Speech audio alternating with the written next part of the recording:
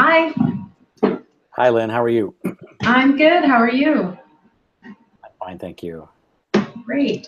How's everything going? Good, I hope. I think anyway. I'm sure it is. I guess what I'm looking to get your opinion on today is just some formatting for the presentation, because I think that's something I kind of bungled last time around. So just, I guess, incorporating the various project requirements onto reasonable sheets that are communicating the right information in a way that flows and everything like that. Let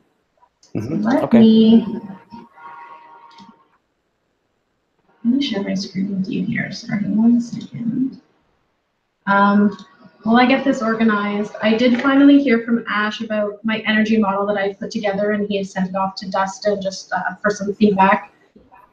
Great. So Dustin got back to me this morning, and I'm working through some of his comments now to improve it. So I'm hoping that I'll have that as part of my presentation. That's good. An interesting little challenge to figure that out, and I bet it's neat. And I guess just understanding all the information is a whole other world. So I guess. Okay. Where do I'm I seeing want it to now. start here? You are great. Okay. So if you're able to see this sheet here, this is the sort of an updated site plan backdrop that I've created, highlighting various aspects like City Modern, some green space, Woodward Avenue, and then this is what I'm hoping to sort of populate with identifying like where the rapid transit stops are and sort of all the amenities nearby, and combining this with what I had.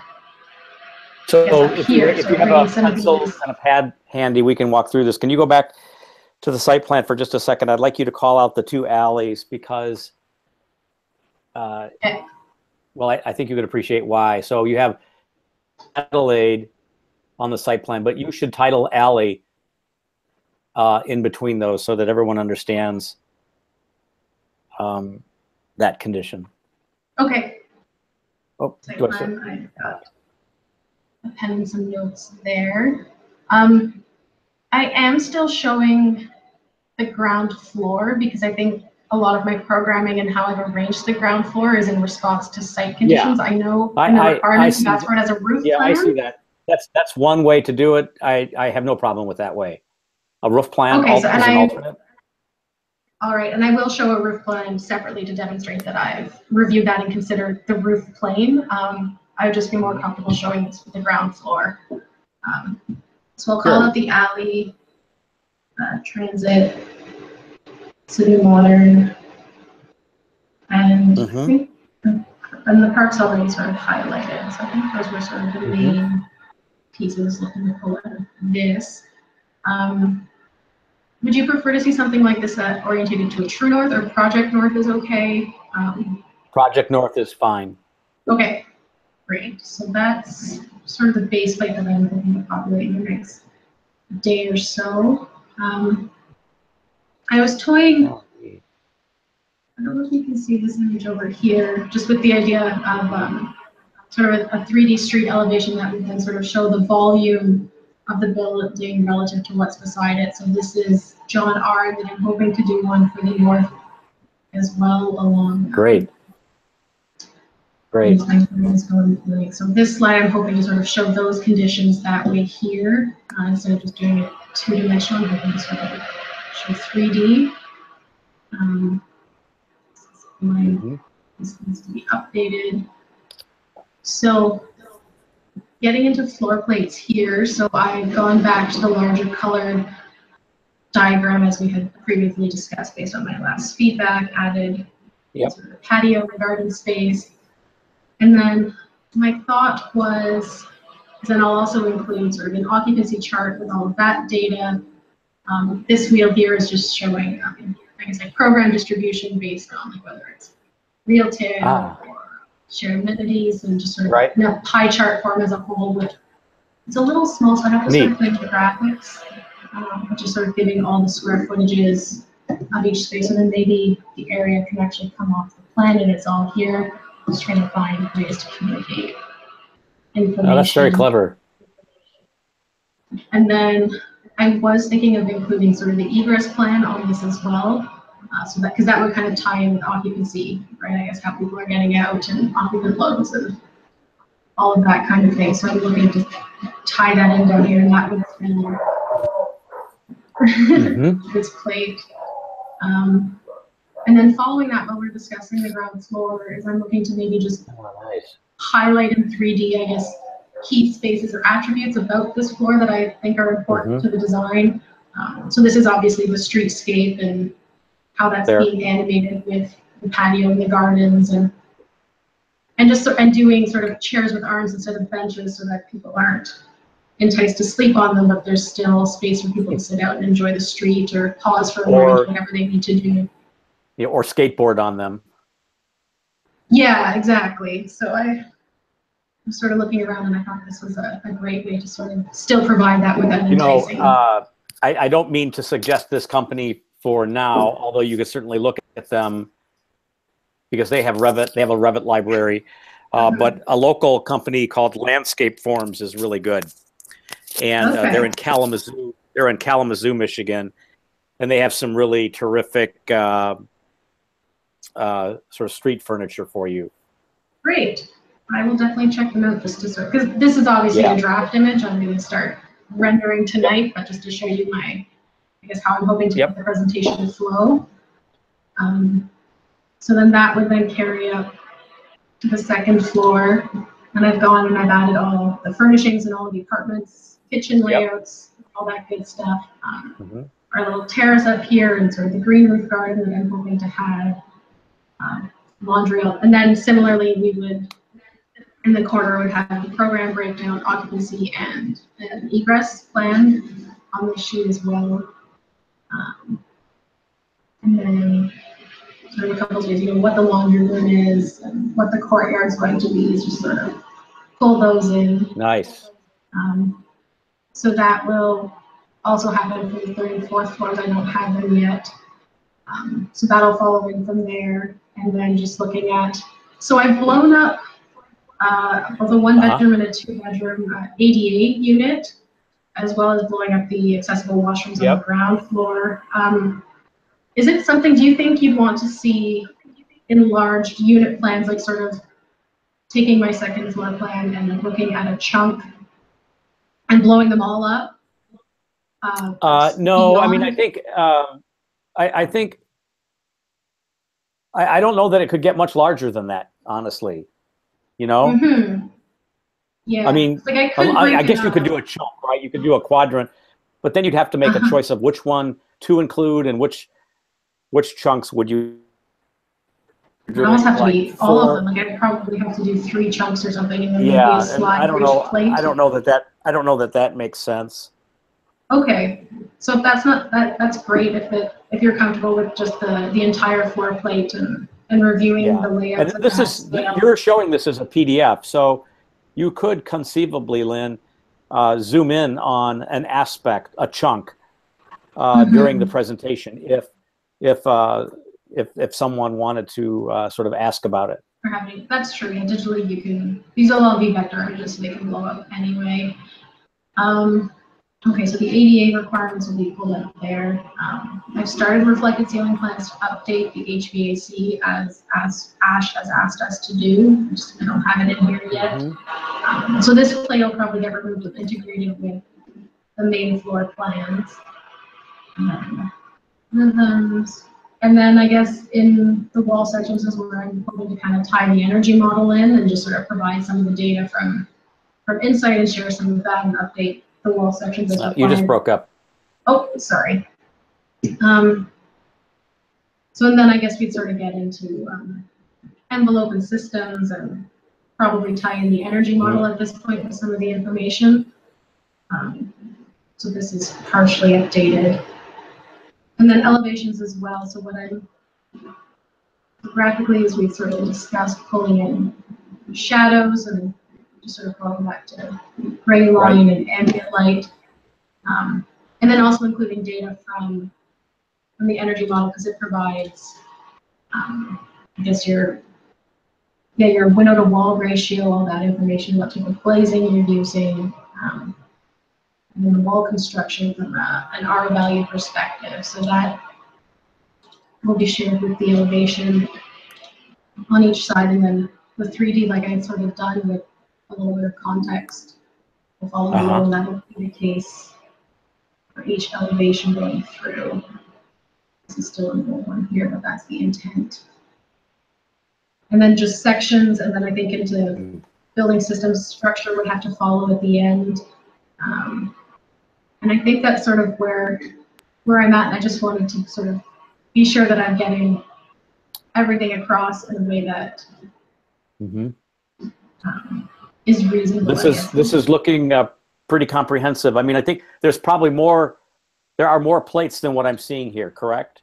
Yeah, there are. They're just all sort of in a state of flux right now.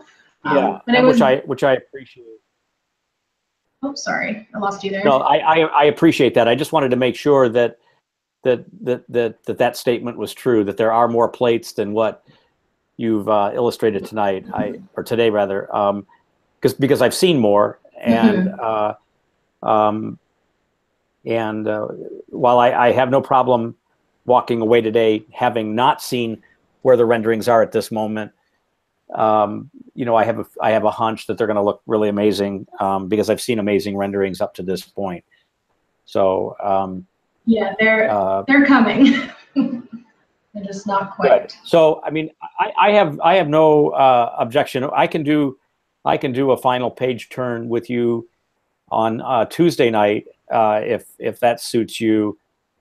But I think you're in good shape. I don't know necessarily that your sort of organization was a fumble last time. I just think that I think it could have been a little bit clearer, and I think you're on the path to getting it towards some degree of clarity. I mean, the thing that I'm taking away from the conversation today is a real commitment to making sure that you have all of the sort of the backup, right? The intelligence and the research, the energy consumption, the building code assumptions, along with the design. And honestly, I think that's a really terrific way, when you braid the technical with the aesthetic as you have today in some of your plates, it helps people appreciate that the class is not just a typical design studio, that it is in fact a studio that is rigorous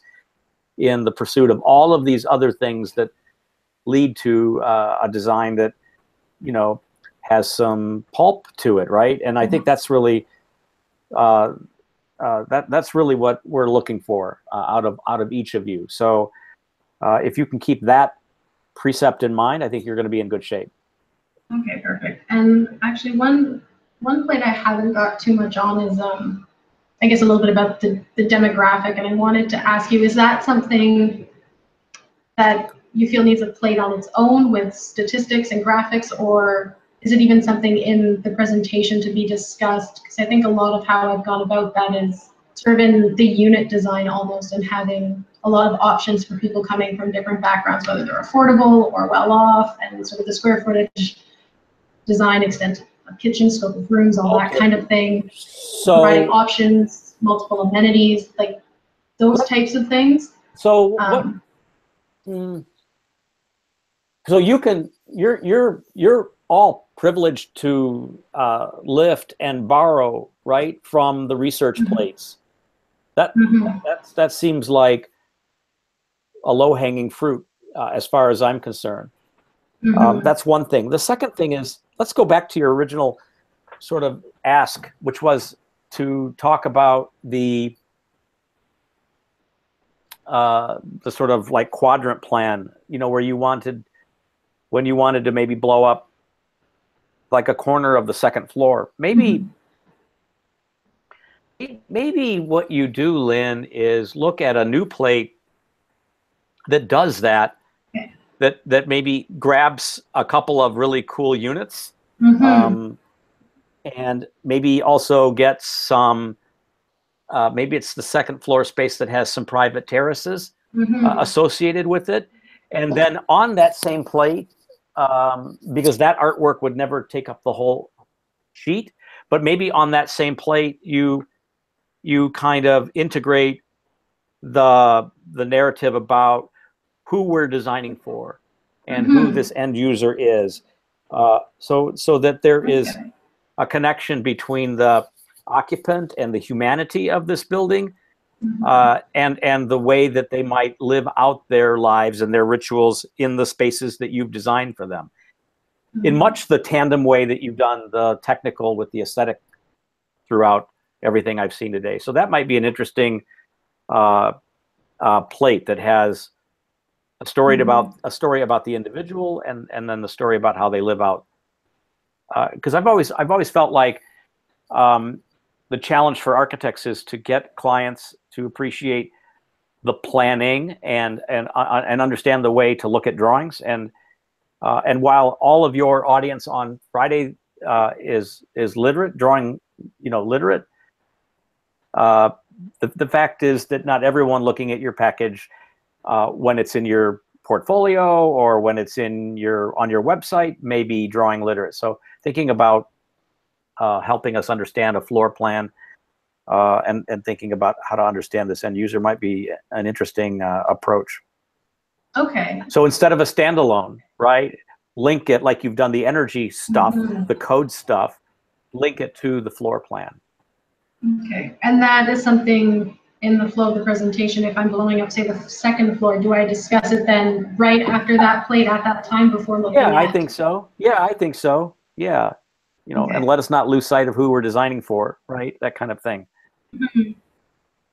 And you're able to talk a little bit about then the assumptions about the age group, and maybe a little bit about Brush Park and historic Brush Park, and it's a way to keep the conversation in a responsive way, like you're designing in response to the needs of the homeowners. Okay. Just like the other plates are showing a way that the building is a design in response to energy requirements of the building code, or shade and shadow conditions of the site, and so on and so forth. Okay, and I guess even with regards to Brush Park, some of that could tie into the site plan plate a little bit, and so maybe instead of having which I'm glad you brought up, so instead of having like everything about the client and the history of Brush Park on the site plan, which would be too heavy and too much information there, dabble with the historical sort of information about Brush Park, and maybe the zoning information about Brush Park on the site plan.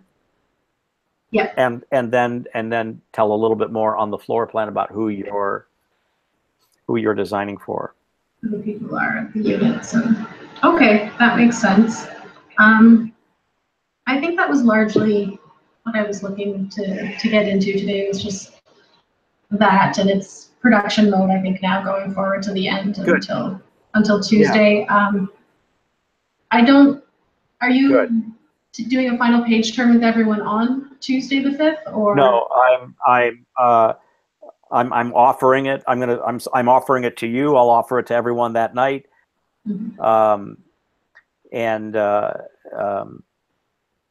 But again, I don't know that I will have many takers. So I'm happy to do that with you. Okay, I think meeting today is probably sufficient for me to just get that final feedback from you and go till the end, and then I'll see you next Friday. Good. Yeah, that's good. And you're still planning on driving in? I am. Yeah, that's the plan. Oh, brilliant. So I'm really looking forward to that. The weather's looking good, so it may fall out on Wednesday. The warmish weather that we're having. I could be golfing today, actually. But nice. The warmish weather we're having right now is lasting till Wednesday, I think. But I don't think it's going to be too much of a problem. It shouldn't be. I'm sure it's a little bit chillier there. It's been cold here already. I had a chance to meet Alexandra last week, actually, because she was up from Orlando visiting her family in Farmington Hills. So she popped into our office to have lunch with one of my work colleagues, and so I had a chance to meet her. So after I meet you on Friday, Lynn, I'll have met everyone but Nancy, which is not bad for a. That's pretty. Well, she's in Texas, right? That's pretty far. she's really like on the Rio Grande, and she's right on the river. So she's south of Houston. But I think that, I'll have a chance maybe in the Critical Practice Studio, or eventually like at graduation. So I'll find one way or another. Yeah, and I guess actually, because one thing I haven't even looked is where the campus is on the map and where I'm supposed to park my car and all those sort of logistics. Oh, I don't know if there's a campus map online or where I'm supposed to go with paid parking, how all that sort of stuff works. If you come in off of the 10-mile road,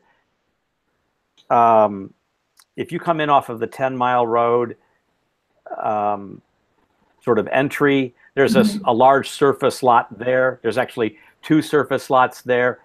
And the building that we're going to be in, Lynn, is the modern 4-story corrugated metal building that you'll see. Okay. And just text me if you get turned around, okay? All right. I may not be my phone probably won't be too useful, unfortunately. Just with roaming and everything else, so I'm going to have to manage it. School. Oh, that's right. But whenever I have to go to your fair country, I have to buy a $30 roaming plan for a few days, which is a pain in the neck. So our cell phone plans are quite expensive up here, and even just to roam for 24 hours or something, it's a little bit outrageous. But I'll see how I do if I end up activating something last minute. But your your brother is in Ann Arbor. You're going to your brother's house? Yeah, he's in Ann Arbor. Yes, I'm going to drive down on the 7th, and I'll stay with him that evening, and then and then when they go to work in the morning, I'll probably just head out to Southfield early and get familiarized with the place and figure it out from there. So Lynn, you'll likely then be coming in a different entrance. You'll likely be coming in off of 696, which is a freeway network, and exiting for the Lawrence Tech campus. You'll probably be exiting based on what your car's GPS is telling you. So